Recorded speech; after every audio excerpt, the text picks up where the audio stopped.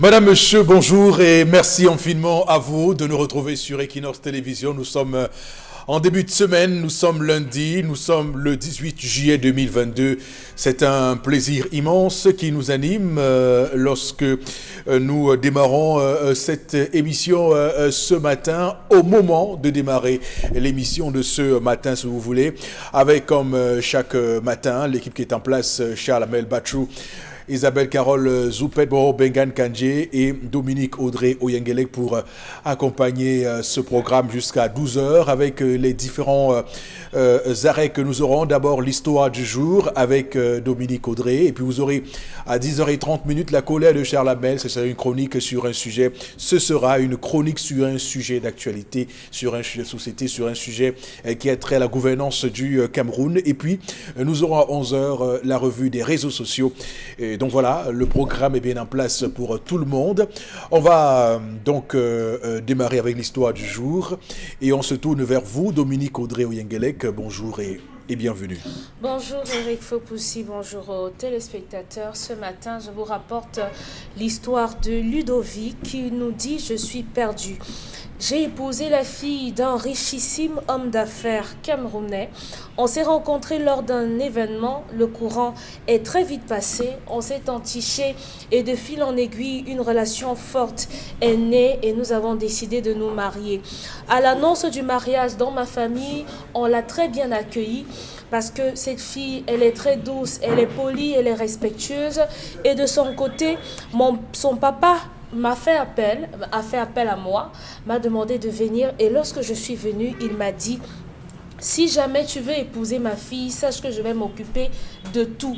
Toi, tu auras simplement à venir ce jour-là. » Ce jour-là, je me suis simplement dit, le papa voulait un peu m'influencer et tout, mais je vous assure, le jour de mon mariage, j'étais un invité.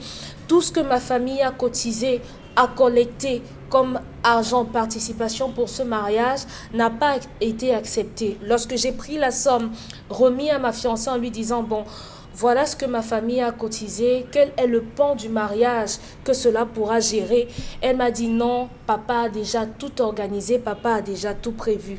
Ce jour-là, pour mon mariage, je n'ai acheté que les vêtements que j'avais sur moi, nourriture, salle, DJ, tout ce que ça comporte. L'organisation d'un mariage a été payée par mon beau-papa. Après la cérémonie, nous nous sommes installés dans une villa offerte une fois encore par la famille de ma fiancée et tout semble aller pour le mieux. Sauf que je suis devant vous ce matin parce que j'étouffe. Je suis devant vous ce matin parce que je n'arrive pas à parler dans cette maison. Je ne suis pas l'homme. Je ne peux prendre aucune décision. Je ne peux prendre aucune initiative. Lorsqu'il y a une situation et qu'il faut gérer, elle me dit « Attends, je veux d'abord en parler à papa. Attends, papa va nous dire ce qu'on devra faire. Attends, papa va devoir financer. » C'est vrai que pour le moment, je travaille. J'ai un salaire de 350 000 francs par mois, mais je peux encore m'occuper de ma famille. Comment est-ce que je devrais faire pour pouvoir reprendre l'autorité? Est-ce que je dois aller voir mon beau-père et lui dire « Beau papa, je t'aime bien, tu es le mari, tu es le père de ma femme, mais je voudrais que tu nous donnes un peu d'espace » ou alors je dois simplement partir de ce mariage? Est-ce qu'il ne serait pas en train de subir ce qu'on pourrait appeler le retour de cette assertion qui dit qu'il faut accrocher son sac là où sa main peut décrocher, parce qu'en réalité, il est dans une famille qui a beaucoup de moyens. C'est pas de chance pour lui, parce que cette fille est habituée à un rythme de vie, et donc elle peut pas évidemment se fondre dans les 350 000 de budget qu'il a mensuel, alors qu'elle a un train de vie princier depuis qu'elle est toute petite qu'elle est née. Donc, et puis son père a forcément des ambitions et surtout avoir en elle beaucoup d'autres choses.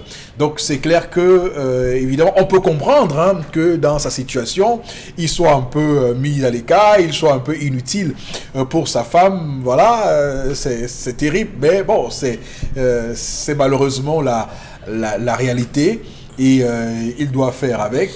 Voilà. Donc, je peux vous garantir que d'autres personnes dans son cas s'en réjouiraient. Donc voilà, serait tombé aurait, on va dire, eu le jackpot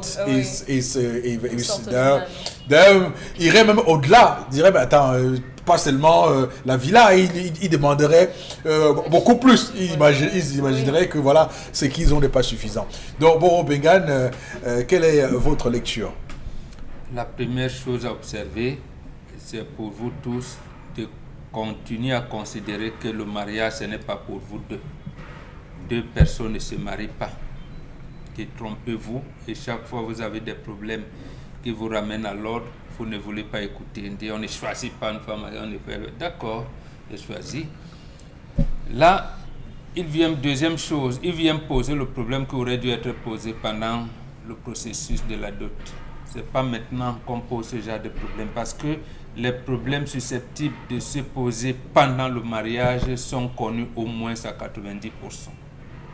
Vous épousez, vous intégrez une famille riche, puis comme garçon, vous devez savoir quel est l'état d'esprit de cette famille-là. Est-ce que papa a choyé ses enfants? Est-ce que vous allez même gronder ses enfants, filles comme garçons, hein? Donc ici c'est le cas de la fille. Quelle est la chaleur que le père de famille donne à ses filles? Qu'est-ce qu'il ne souhaite pas que ses filles aient? C'est ça le problème. Vous ne pouvez pas gronder à plus forte raison une gifle qui part dans la chambre. Vous serez traîné au tribunal pénal, au tribunal criminel spécial, ou comment vous l'appelez. Donc, c'est des choses qui devaient être traitées pendant le processus de la dot. Maintenant, c'est pas tard. En fait, c'est pas trop tard. C'est tard parce que c'est pas trop tard. Il pose le problème avec son chef de famille, qui rapporte le problème à son chef de famille, parce que ce n'est pas lui de gérer, on ne le connaît pas. Que dit son père, que dit son chef de famille, au cas où son papa n'existerait plus. Donc, lorsqu'un garçon se marie, le père le salue et lui dit, moi aussi, je viendrai te rendre visite. Vous avez vu deux situations qui se sont passées devant vous, vous n'avez pas su analyser. Bill Clinton et Nelson Mandela. Bill Clinton a une fille unique, Chelsea, qui allait en mariage. Bill Clinton est allé supplier les parents de ce garçon pour que le gars fasse d'abord le stage à la Maison Blanche. Seulement le stage. Il dit que ce n'est pas pour le domestiquer. Mandela a fait la même chose lorsqu'il fallait se promener avec sa fille, ainsi de suite, et lui donner une maison, lui offrir une maison. Il demande à la famille du gars, est-ce que ça ne vous gênerait pas que je vous offre une maison? Ce n'est pas que vous pouvez, mais vraiment, ma volonté, j'ai peur. Donc, Mandela, président de la République, s'explique auprès de la belle famille en leur disant, s'il vous plaît, il n'y aura pas, je vais vous offrir la maison. Donc, quand vous voyez, j'ai pris ces deux extrêmes-là, non seulement président de la République, l'un est un Américain, donc de l'Occident, l'autre est l'Africain. Vous voyez comment certaines valeurs restent. En gros, vous voulez dire que... Essayez d'intégrer la dot. Qu'est-ce qu'il y a dans le processus de la dot? Je pose ma question, c'est pas ça que je posais comme question. Je m'excuse. En gros, vous voulez dire que le profil de certaines femmes et de certaines familles font à ce que l'homme n'est pas forcément le chef de famille. Le comportement, quand vous appelez profil, je ne sais pas. Ça veut dire que est-ce que un bonhomme peut être le chef de famille lorsqu'il est marié à la fille de Bill Clinton ou à la fille de Nelson Mandela? Oui, je vous ai pris. Bill Clinton n'a qu'une seule fille. Oui. Et son gendre, il est un homme situé et qui a des respects. Est-ce qu'il peut lui faire cette... Vous avez commencé à dire qu'il y a des choses qu'il ne peut pas faire juste parce que il peut se retrouver facilement au tribunal criminel spécial. Non, pour le cas de l'État, vous avez dit. Mais Clinton ne s'intéresse pas. Clinton ne s'intéresse pas à ça. Vous avez même vu votre frère Obama. Oui. Lorsque la fille d'Obama vient faire le stage dans un restaurant, elle attrape un client en lui disant, mais monsieur, vous n'avez pas laissé les pourboires. Elle n'est pas la fille du président, vous n'avez pas laissé de pourboire. Bon, je veux dire que dans le cas précis, c'est un papa qui a toujours voulu qu'on donne la chaleur que lui, papa, donne à ses filles.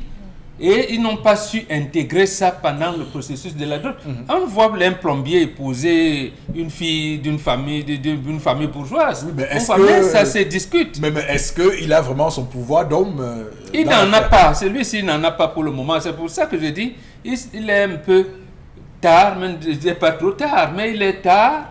Maintenant, c'est son chef de famille, ou alors lui-même, il va dire, papa, comme tu vois, Marguerite, bon, c'est voilà, et tout. Parce que même pour aller travailler, je vous dis que Clinton négocie avec sa belle famille. Il y a un phénomène actuellement que l'on observe. D'ailleurs, j'ai eu 2-3 cas comme ça. Ici, à Douala, même pas que ça y est, ici à Douala, vous avez des hommes qui ont épousé des filles d'hommes très bien placés, influents, et qui deviennent des hommes de ménage, des hommes au foyer. C'est-à-dire que la femme fait les enfants, elle est à l'homme et elle sort faire ses choses. Comme son père lui a... Voilà, ça s'appelle lumpen bourgeoisie. Donc c'est les bourgeois qui l'ont... Oui, tout à fait, c'est comme ça. Rappelez, je vais vous renvoyer à cet article de Achille Mbembe. Lorsque... le président sud-africain Zuma a pris le pouvoir, il a fait un article dans le Monde diplomatique Jacob Zuma parlait de lumpen bourgeoisie. Vous avez vu là où ça l'a mené. C'est ça le lumpen bourgeoisie. C'est-à-dire, ils sont bourgeois sans avoir la conscience des classes. Sans avoir la conscience des classes, et ça ramène à des écarts de comportement comme ça. Donc parce que comme il est au-dessus, il peut se permettre. C'est-à-dire que même la dignité humaine est foulée aux pieds. Ça risque d'être le cas de ce pas. C'est des choses qu'on discute pendant la dot, pendant le processus de la dot. Toi, notre fille, c'est lui n'a rien. Tu vas lui donner ta fille. Tu sais que là, on commence à mettre les règles qui vont permettre à ce garçon de définir son règlement intérieur. Et si le gars ne peut pas définir un règlement intérieur dans sa maison, il ne pourra pas. Ok. Alors, Isabelle Carole, est-ce que l'histoire de ce matin ne donne pas raison à ceux qui pensent que le déséquilibre de classe, lorsqu'il s'agit de la femme qui a plus que l'homme, généralement aboutit à des situations compliquées? Je crois que c'est des choses qu'il faut régler dès le départ, et ce d'un ton ferme, très ferme. Sinon, en fait, vous allez retrouver dans le cas de cet homme, parce qu'en réalité, ce qu'il ne dit pas, c'est que c'est lui qui allait en mariage. C'est pas la fille qui allait en mariage. En réalité, c'est la fille qui va en mariage, c'est pas l'homme qui va en mariage. Mais pour le cas d'espèce, c'est l'homme qui se retrouve en train d'aller en mariage chez la fille en question. Et là, ça pose un problème parce que les rôles sont inversés.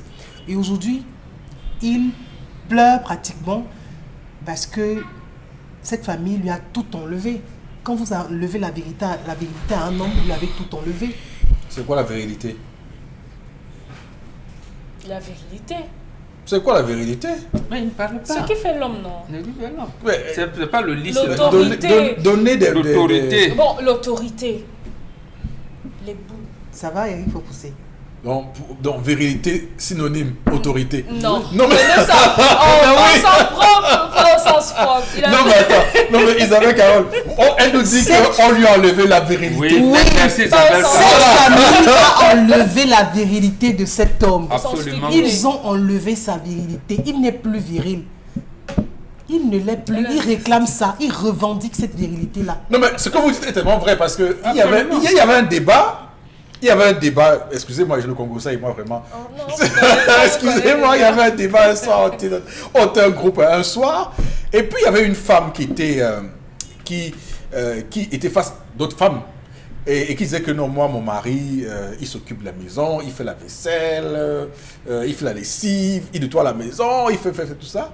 Il y a une femme, vraiment, c'était une des Mohicans, c'est-à-dire qu'une des, la 5e colonne des rebelles qui sont rebellés face à l'ambiance, elle dit non, je ne peux pas laisser que mon mari fasse ça. Elle commence à dire que, parce que si quand il y a vraiment un homme à la cuisine, ça enlève quelque chose de viril à lui. C'est comme s'il a perdu. Non, mais elle dit que quand elle voit un homme faire la cuisine, là, avec les... donc elle a l'impression que c'est pour ne pas être... Mais il faut pas aussi aussi, inscrivez-vous donc au cours matrimonial chez ma fille Isabelle Carole.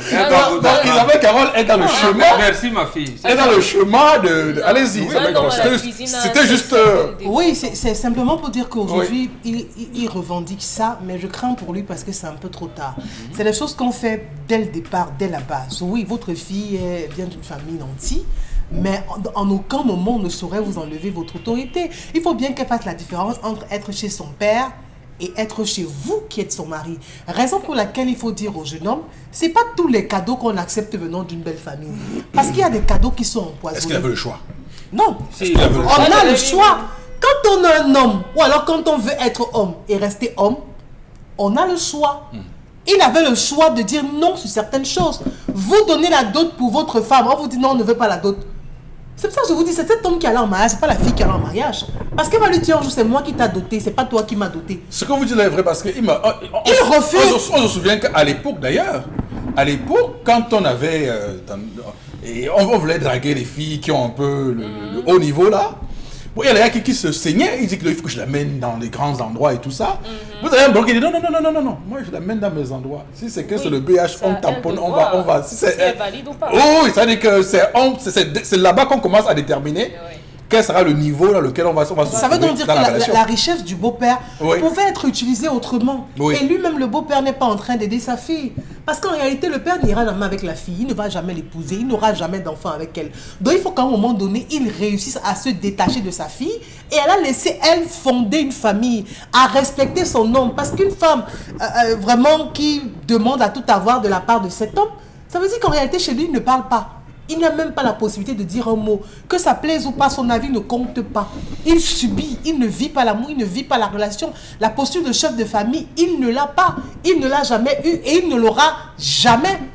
Donc, je crois qu'il faut automatiquement remettre les pendules à l'heure. Sinon, on enfonce droit sur un mur et ça ne va jamais marcher. Peut-être que lui aussi s'est laissé séduire par l'argent et pas par l'amour qu'il avait pour cette fille. Parce qu'il y a des hommes comme ça. Pour peu qu'ils savent que voilà, tu as de bons revenus, alors tu sors d'une famille où on mange quand même matin, midi, soir, ils commencent à vous coller dessus. Oh, mais sauf que là, c'est pas manger matin, midi, soir. Hein. Oui, mais quand je dis manger matin, midi, soir, c'est pour parler de la stabilité. C'est pour dire que... C'est pour parler de la stabilité, parce que ce qu'il faut dire... Non, pour dire qu'il y a stabilité, il peut avoir une femme qui a un travail. Et en plus, il a un salaire de 350 000, c'est pas... Mais sauf que là, il est en face d'une femme... personne qui est au-dessus de ce qu'il a. D'une fille de milliardaire, ça veut dire que... C'est une fille de milliardaire. Et là, maintenant, et c'est pourquoi les milliardaires se marient entre eux. Parfois, on dit, mais pourquoi c'est un problème. De se marier entre eux, ça n'enlève rien. Le fait que vous dites à votre femme, à 20h, tu dois être à la maison, à 21h, tu dois... Ça, tu peux le faire. Il n'y a pas de réalité là-dedans. Faut parler de clair. Il va faire ça comment? Il allait donc... C'est pour ça que je parle de la base. C'est pour ça que je parle du départ.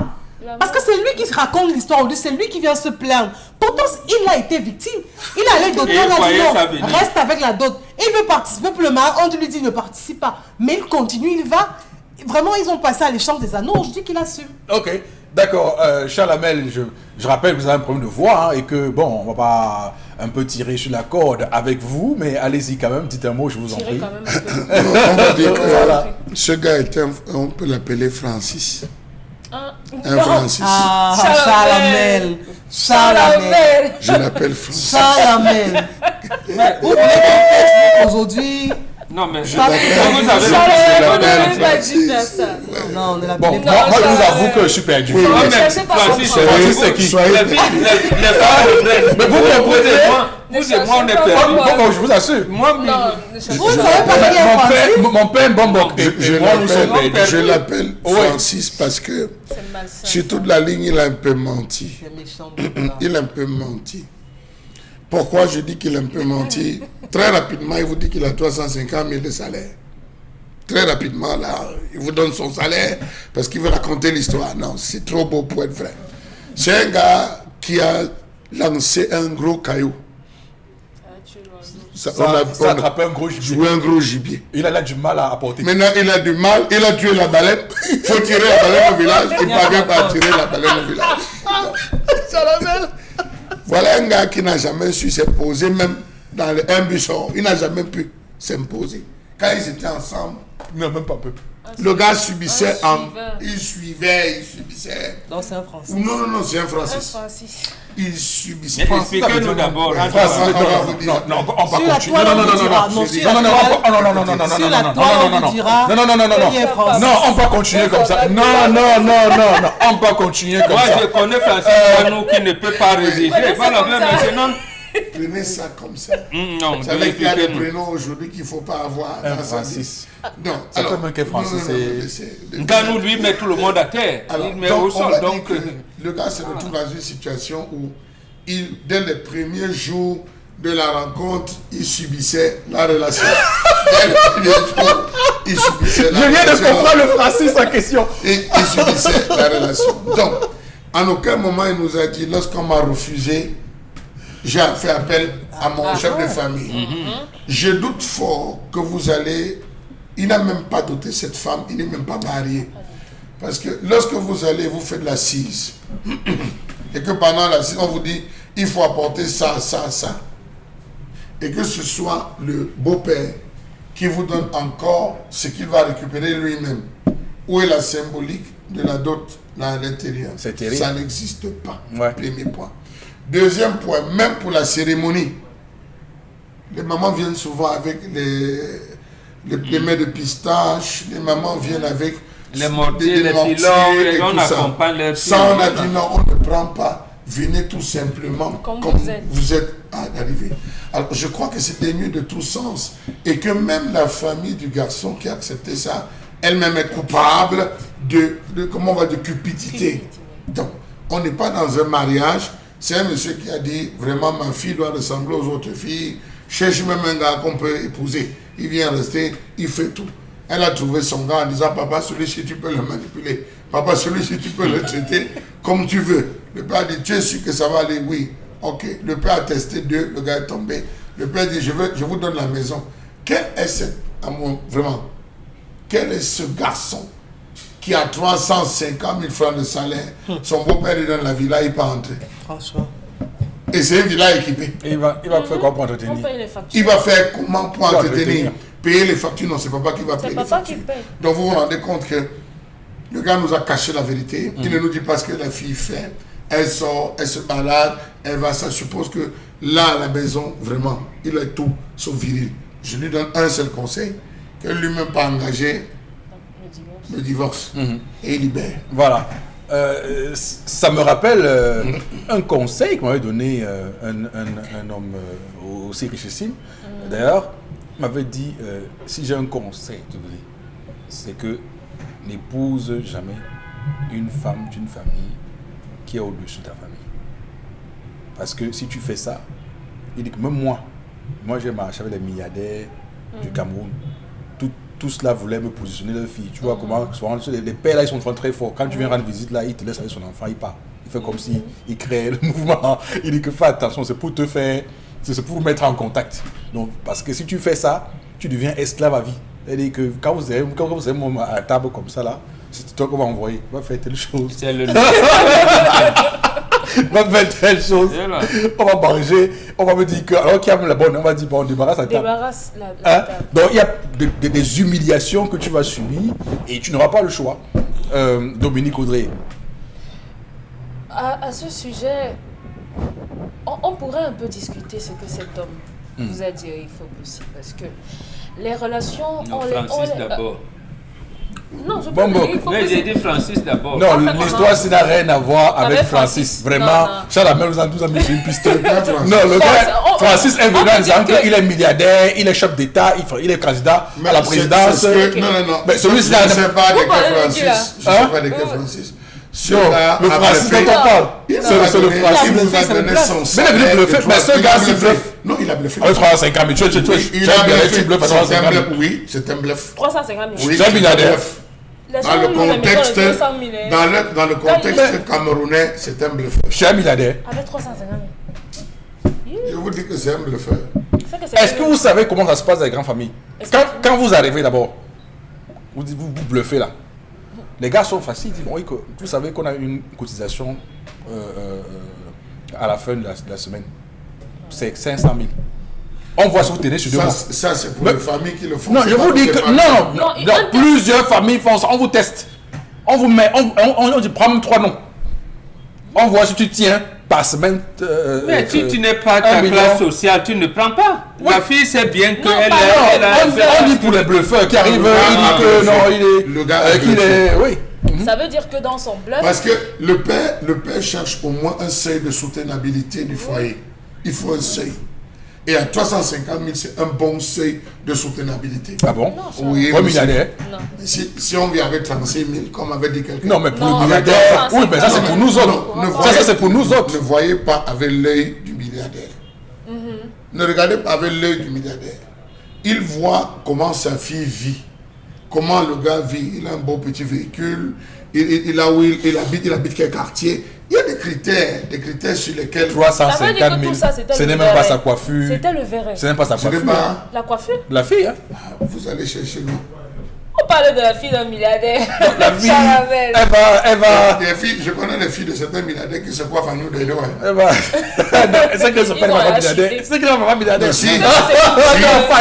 Je vous dis si. Ouais. Même parfois, elles vont poser la vie. Non. Je vous dis oui. Bon, Chalamel. C'est pas tous qui ont le goût de dépenser. Vous et moi fréquentons ces gens-là. Vous savez comment ils fonctionnent. Tous qui ont le goût de la dépenser. Vous savez comment ils fonctionnent. La fille d'abord a les connexions, d'abord qu'elle voyage à temps contre le temps. C'est-à-dire qu'elle se retrouve où j'en connais qui ne voyagent pas.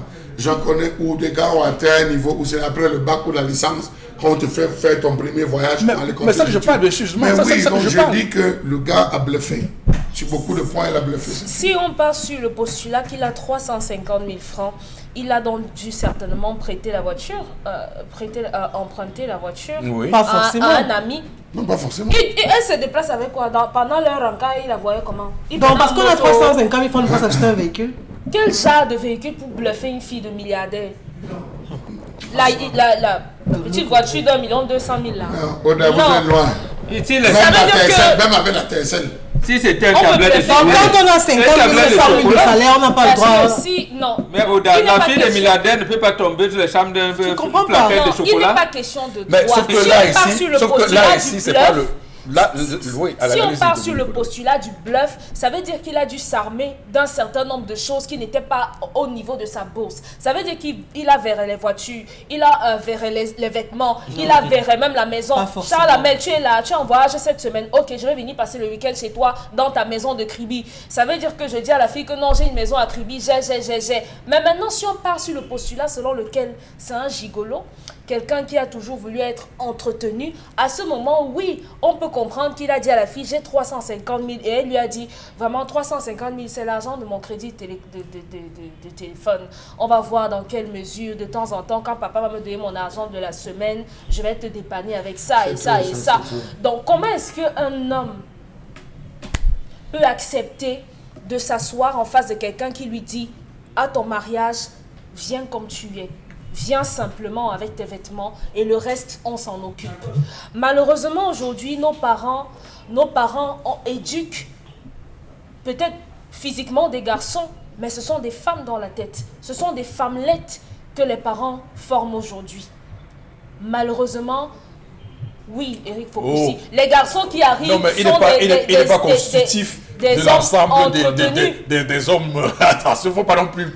toute proportion gardée, il faut quand même rester un tout petit peu prudente dans votre cas. Le gars peut aussi avoir été tablette de chocolat. La fille a dit à son père, papa, si je ne vais pas ici, je meurs. C'est un homme entretenu. Maintenant, le gars se rend compte que, bon, l'autre qualité là, je ne peux plus. C'est une femmelette. On peut être un homme qui n'a pas, je ne vais pas dire pauvre, un homme qui n'a pas suffisamment de moyens et pouvoir aimer une femme qui en a. Et dès le moment où on décide de se mettre ensemble, vous devez, comme Eric a donné l'exemple, de celui qui a dit « moi je vais au BBH avec la fille ». Il faudrait qu'elle voie quelles sont vos réalités. J'ai rencontré quelqu'un qui m'a raconté son histoire comme ça. Il était à l'université et chaque fois qu'il rencontrait une femme, il disait à la fille « dans la maison où je vis, il y a des inondations ». il y a le Mfundi entre dans la maison. C'était en van là-bas. Le Mfundi entre et à chaque fois, les filles disaient non, quand on te regarde, vraiment, tu portes des marques, tu ne peux pas, tu ne peux pas, tu ne peux pas. Et à chaque fois qu'il ramenait donc maintenant les filles chez elle, chez lui, et qu'elle voyait ces inondations en saison de pluie, toutes ces filles partaient. Mais c'est ça, il faut apprendre aux hommes, à nos garçons, à assumer leur réalité. C'est pour ça que nos jeunes frères aujourd'hui, à cause de l'état de la maison de leurs parents, vont tuer les chats, vont ramènent les filles chez leurs amis pour faire des choses. Parce que vous lui dites quoi? Non, je suis vraiment désolée. D'accord. C'est le naturel qui a tendance à revenir. On a compris ce que vous voulez dire. Donc, il faut simplement divorcer. D'accord.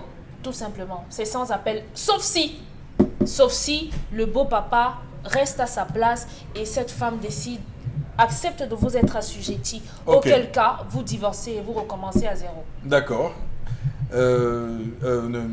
Isabelle Carole, on va lire peut-être 2-3 messages. D'accord. Des messages, on a plein de messages. Bonjour le Zénith, moi je peux vous dire que ce monsieur n'est pas marié mais plutôt un employé. Et la coutume africaine n'appelle pas ça mariage, c'est Amadama depuis Edea. À mon avis, ce monsieur est un gigolo, il n'est pas clair avec lui-même et nous dit qu'il assume ou divorce. Linda depuis Obili. L'occidentalisation nous fait croire que lorsqu'on est dans une famille bourgeoise et qu'on épouse un pauvre, ce n'est qu'un homme de ménage qu'on a épousé. Bonjour le plateau. Cette famille a retiré à ce gars sa masculinité et c'est lui qui avait permis cela. Maintenant, il veut s'imposer, qu'il demande à son beau-père de lui apprendre à pêcher, que de leur donner du poisson à tout moment. Thierry depuis Edea. On va vous donner un gros poste. Pour l'histoire, moi, à la place de cet homme, je reste dans ce mariage tout en cherchant un deuxième bureau. Car c'est très important lorsque le climat se présente défavorable à la maison, qu'on fait Francis bébé. S'il veut qu'on le coince dans un carrefour ou dans la voiture, on l'estime comme un petit bandit. Il essaye.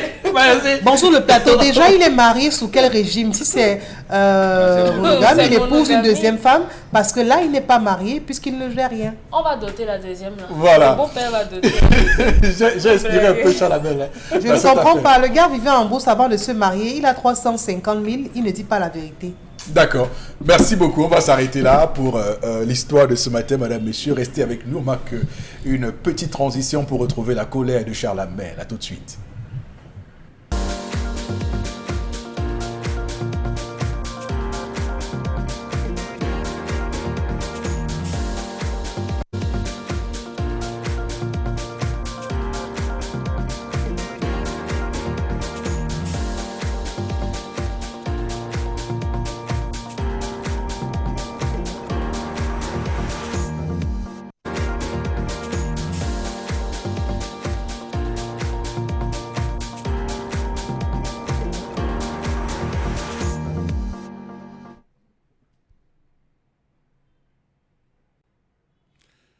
Je m'interroge ce jour sur la question des obstacles liés à la réalisation des projets liés au partenariat public-privé dans ce pays. Le Cameroun élabore en ce moment un nouveau cadre institutionnel des partenariats public-privé, PPP, partant du principe que depuis son lancement et son implémentation, il n'attire pas grand monde. À quoi nous servent donc les principes de partenariat public-privé dans ce pays lorsqu'on sait que selon l'étude sur l'évaluation du financement du développement au Cameroun, financé par le Programme des Nations Unies pour le développement, l'on observe un manque d'intérêt du secteur privé pour les partenariats public-privés à cause, entre autres, d'une maturation insuffisante de ces projets dont la viabilité et la rentabilité financière ne sont pas toujours certaines. Les contrats signés par le Cameroun représentent 3 338,4 milliards de francs CFA. Les projets actifs, cependant, se chiffrent à seulement 491,8 milliards de francs CFA depuis 2006. La faute à une maturation insuffisante de ces projets, dont la viabilité et la rentabilité financière sont questionnables.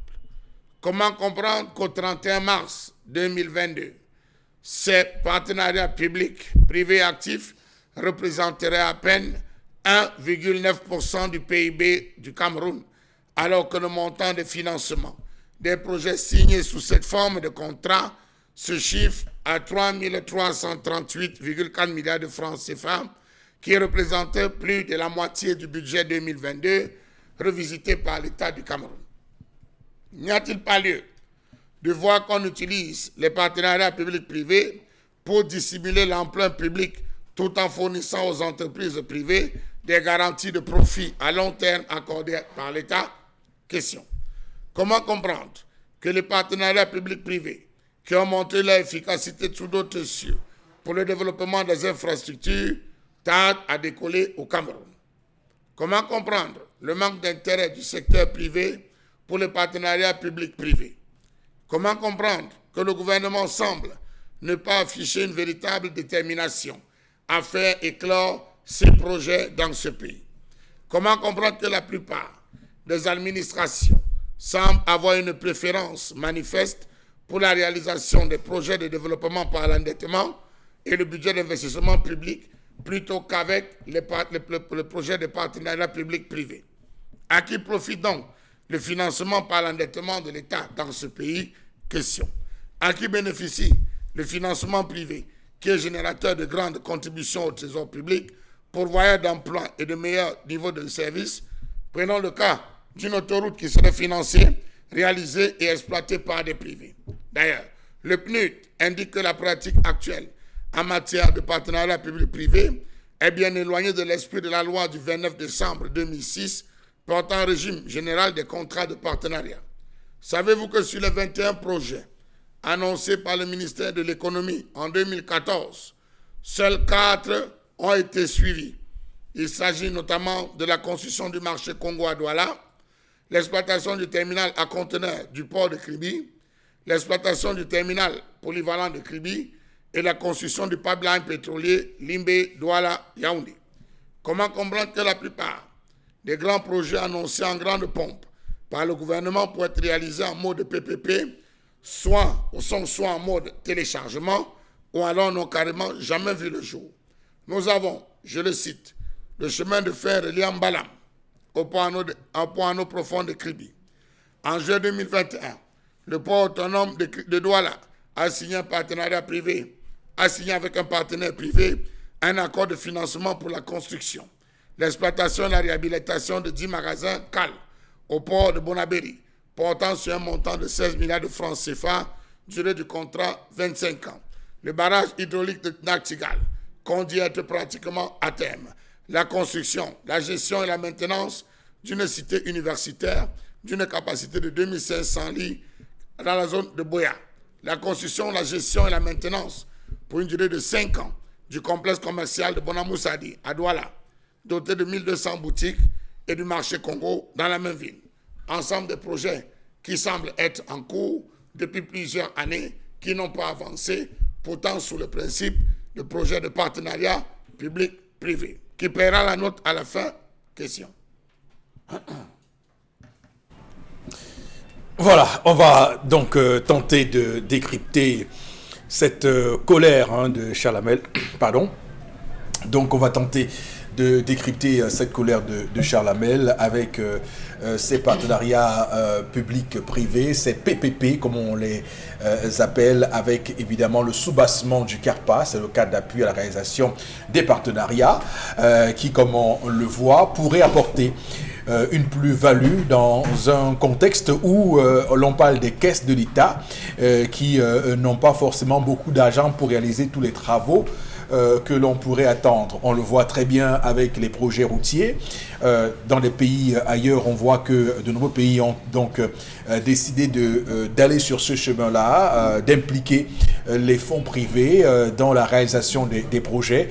Vous voyez par exemple, pour ceux qui ont l'habitude d'aller à Abidjan, Côte d'Ivoire, avec l'autoroute dernièrement construite qui a été faite sur la base d'un partenariat public-privé. Donc il y a une entreprise privée qui prend en charge donc la construction de l'autoroute, l'exploite, un peu comme une sorte de bail amphithéotique, l'exploite et au bout de 50 ans par exemple retrocède l'infrastructure à l'État. Ce type de partenariat peut avoir un bel impact. On le voit avec les 14 péages automatiques qui sont actuellement en train d'être mis en place, mais il y a toujours ce problème au Cameroun. On ne comprend pas comment on ne réussit toujours pas à aller au bout. Et quand on voit le chiffre, 1,9% pour le PIB par rapport à ces projets, on se pose la question, qu'est-ce qui bloque pour qu'on ne puisse pas tirer suffisamment profit de ce mécanisme-là, Borobengan? Non, ce sont les fonctionnaires qui n'aimeraient pas que les gens viennent troubler leur tapioca. Ils venaient lancer le sable dans leur tapioca. Oui. Et tout, c'est pour cette raison que ça reste au niveau des balbutiements. Et tout, c'est la seule explication.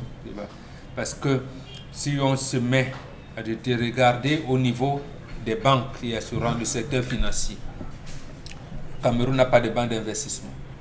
Et il y en a un, Fofokam Kamounié et bien d'autres ont voulu comment on peut faire, même dans le cas de la banque des PME, le faire, le Cameroun s'est bloqué, il n'a pas voulu.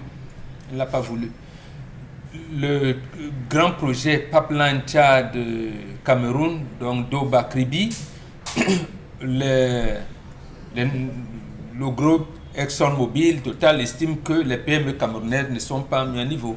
L'Organisation des Nations Unies sur le développement du ciel vient créer avec la Chambre de commerce un forum, un cadre de mise à niveau des PME. On crée la bourse des sous-traitances pour aller à ce niveau. Jusqu'à aujourd'hui, on n'a jamais de loi qui attribue les marchés titres fonciers, rien du tout.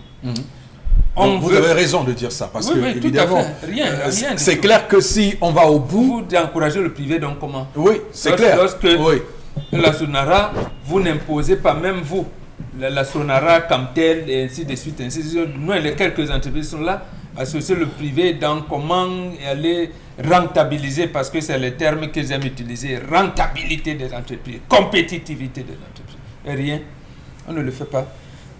L'autre projet, quand on parle de port autonome de Douala, c'était d'abord l'Office national de port de Cameroun. Je me rappelle encore de mes quatre pères Kadi, de glorieuse mémoire, paix à ton âme, quand il conduit un groupe d'hommes d'affaires pour prendre gestion, mais je vous dirais, il est encore là. Siam Siwe l'a fait attendre pendant 2 heures pour finalement ne pas le recevoir.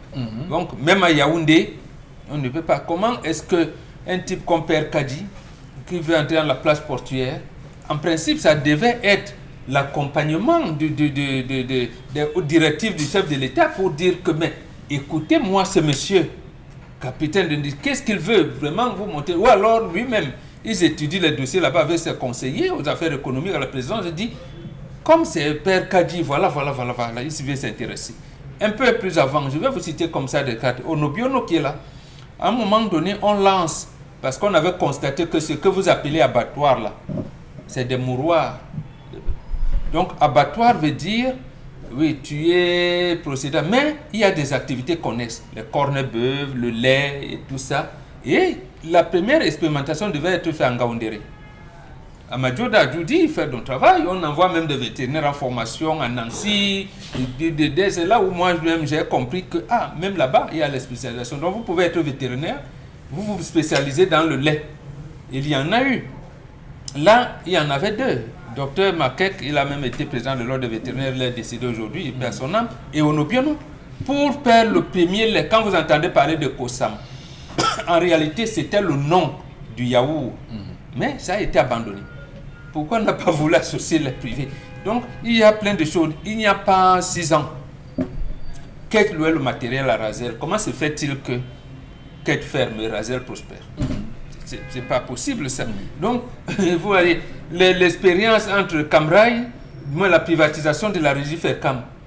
Si Trafer vient, on dit, on veut. C'est encore l'État qui dit si Trafer. Vous posez la question de savoir, mais je ne peux pas comprendre.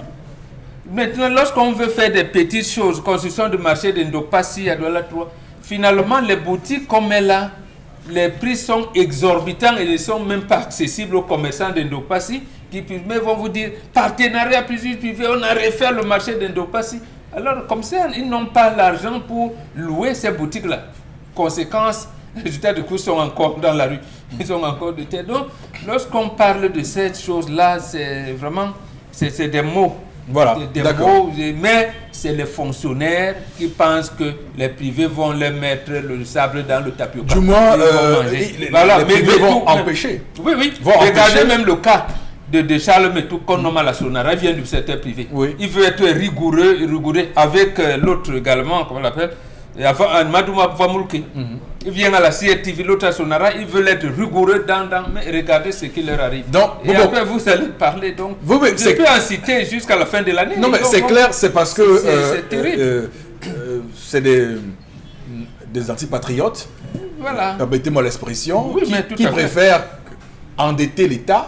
Oui. Pour avoir la main mise sur ces projets-là. Absolument. Parce qu'ils savent que si un privé décide de construire l'autoroute Douala-Yaoundé, mais lui, là, ses projets, il a 50 ans pour faire son retour sur investissement. Donc, vos affaires de procédure, d'avenant, de commission, d'argent qu'il faut ajouter et tout ça, lui, il n'est pas le privé, lui, il est dans une dynamique de comment est-ce que je construis l'autoroute et rapidement, j'ai mon retour sur investissement. Père Forceau avait proposé ça pour la construction du stade omnisport de Fumban, de Bafoussam. Oui. Il dit, je vais construire selon les normes. C'était le ministre Augustin Edouard. Oui. J'ai construit, vous me laissez l'exploitation de ça pendant 5 ans. Voilà les normes que vous avez vous-même. On a dit non.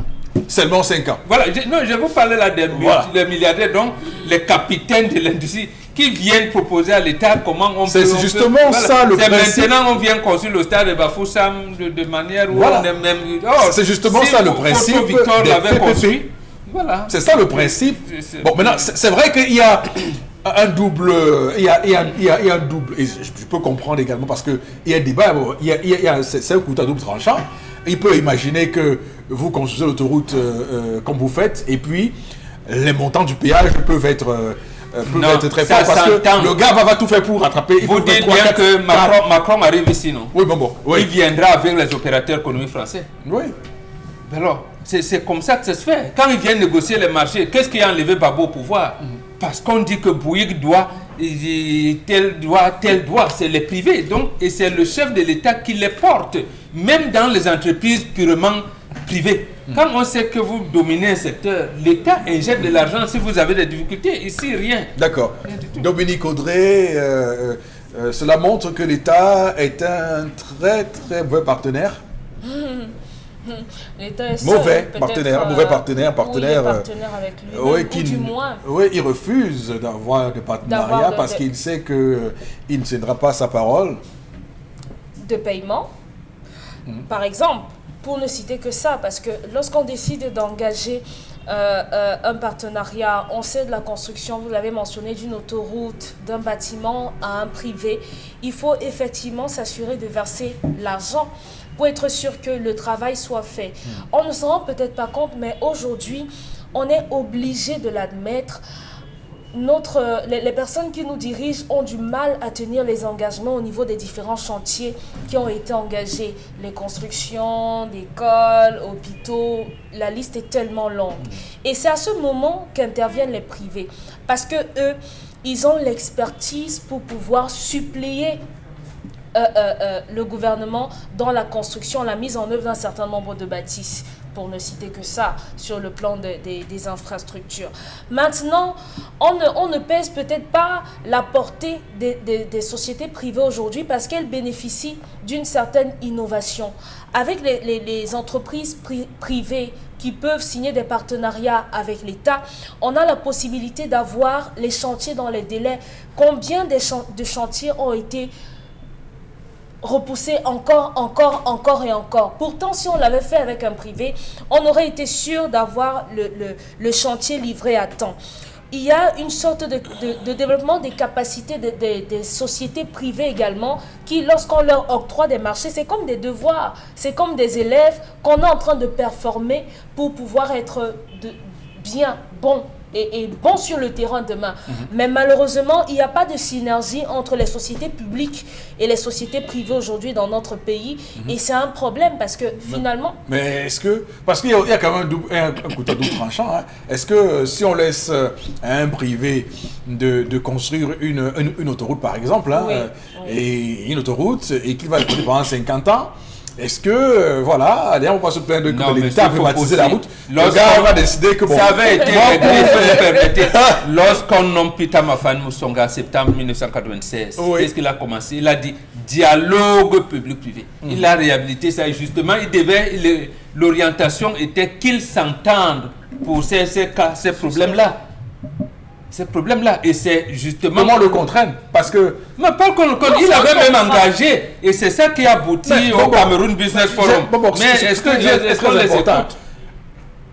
Il vous construit la route. Mais au moins, est-ce qu'il pose le problème? Après, il y a des nids de poules. Voilà. Mais vous en prenez à qui? Non, mais il y aura un cahier de charge. Oui, mais non. Il va vous dire que, écoutez, l'État a donné la possibilité au gars. Mais si le gars est trop puissant, aujourd'hui, par exemple, on a privatisé certaines entreprises au Cameroun. Voilà. Ce gars paie les impôts. L'État a la possibilité de tenir le gars. Comment? Ces entreprises privées peuvent construire, elles font la maintenance, elles assurent les ouvrages, ils sont maîtres d'ouvrage, ils sont maîtres d'œuvre. Donc, on peut avoir une société qui est chargée de la maintenance, du contrôle des bâtisses déjà construites par une autre société privée. Donc, c'est un contrat. Alors, parce qu'il y a un document qui circule là, sur la Lobé, sur les montants du péage qui a été fait là-bas. J'espère que c'est pas vrai, hein, parce que les montants sont un coût. C'est public-privé. Oui, bien sûr. Les Chinois, ils ont pris les choses. Non, justement, non. Il y a un compatriote, je ne sais pas où il est parti aujourd'hui. Oui. Il s'appelle Babagnac. C'est lui qui est venu avec l'idée de logements sociaux. Il avait montré comment le crédit foncier n'avait pas la capacité financière pour tenir le coup. Quelle devrait être les orientations de la cycle et la maïture à cela. Lui, il avait des partenaires. En leur disant, on construit des logements sociaux au Cameroun, le coût sera à peu près comme les maisons SIC aujourd'hui. Mais on a tourné le dos pour venir nous donner des logements sociaux où ça coule l'eau partout et tout ça. Donc on D'accord. Isabelle Carole. Il s'appelle Babagnac. Il a fait des plateaux ici, des réunions. Personne ne l'a pas écouté. D'accord. Donc on n'en serait pas même seulement le logement social. D'accord. Quelle est votre lecture, Isabelle Carole? Mais le constat, on le fait tous ensemble. C'est simplement décevant parce que ce partenariat vient mettre à nu les limites de l'État. Ça vient dévoiler tous les manquements, la paresse. Parce que de l'autre côté, si on arrive à faire, c'est parce qu'on a cette volonté, on est déterminé à pouvoir avancer. Sinon, ceux qui évoluent dans le privé n'ont pas les mêmes possibilités que le public. Parce qu'au moins, il faut dire que la différence, elle est claire, elle est connue de tous. Ils ont les moyens de pouvoir le faire. Parce qu'on parle quand même des caisses publiques, contrairement au privé. Mais avec le privé, on se bouge beaucoup plus. Et quand on se met en train de faire des partenariats, l'État se sent exposé. Parce que désormais, on sera, ou alors ce sera su de tous, qu'ils n'ont pas respecté leur part de contrat, que ce soit peut-être tout le domaine financier, que ce soit au niveau des ressources, que ce soit au niveau du matériel qu'ils devraient pouvoir apporter. Donc on est en train de mettre à nu simplement leur faiblesse. Et comme ils ne sont pas partisans de ça et préfèrent en petit ami pouvoir se départager des fonds, comme c'est le cas, s'arrêter sur des maquettes, parler du projet et ne pas... Ou alors, quand on a trop fait, on entame simplement le chantier et puis on dit, on reviendra dessus, on a reporté à une date ultérieure et tout. On va être endormi ainsi. Mais d'un côté aussi, on ne veut pas laisser le privé se mouvoir. La conséquence, elle est directe, c'est le bas peuple qui paye. Voilà, en tout cas, Bobo Beka, vous avez dit quelque chose qui m'a plu parce que c'est clair que vous avez à Yaoundé des fonctionnaires qui sont assis et qui voient leur tapioca mélangé avec le sable. Oui, donc ils ne veulent surtout pas ça. Voilà, on va s'arrêter là pour cette partie de l'émission. Madame, monsieur, restez avec nous, on marque une courte pause. À tout de suite.